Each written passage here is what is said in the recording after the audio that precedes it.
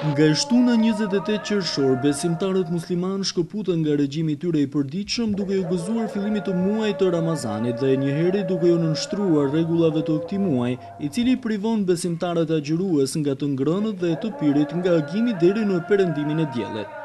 Për besimtarët musliman, Ramazani është periudha kur ata i përkushtohen Zotit, duke përfituar faljen e mëkateve përmes agjërimit. Profeti i nderuar, profeti Muhammed, paqja dhe bekimi i Zotit qofshin mbi të, thotë: kush agjeron muajin e Ramazanit me besim dhe bindje, atij do t'i falen të gjitha mëkatet. Kjo pjesë njëherë shumë e rëndësishme, sepse bëhet shkak për faljen e mëkateve. Është një rast, ose si themi me gjuhën bashkëkohore, është një okazion, pra është një ofertë për Allahun, nga Allahu për njerëzimin, që neve na jep një moment, na jep një kohë të begat, ku ne të drejtohemi nga ai dhe të kërkojmë istighfar, të bëjmë tobe, pra të kërkojmë falje nga Allahu. Pra kush agjeron Ramazanin me besim dhe bindje, atij do t'i falen të gjitha mëkatet. Sipas Myftiut Gozim Kopani, ky muaj është një mundësi e mirë për t'i thënë lam të mirë dhe punëve të liga të kësaj bote. Muaji i bekuar i Ramazanit është muaj të cilin Allahu xhaleshanuhu i hap dyert e xhenetit edhe mbyll dyert e xhehenemit, me qëllimin që njerëzit të largohen nga veprat e ndaluara. Mjafton që në muajin manusht të Ramazanit që muslimanët të mendojnë pozitivisht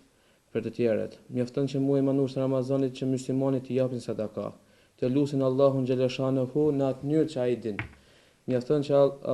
muslimani në muajin e bekat të Ramazanit të largohet nga bigjozi, të largohet nga veset siç është alkooli, thashethemet, të menduarit keq për tjetrin. Pasi që thot profeti Muhamedi sallam, kushdo që largohet nga një vepër e keqe, Allahu xhaleshanuhu do t'i afshin gjunahet dhe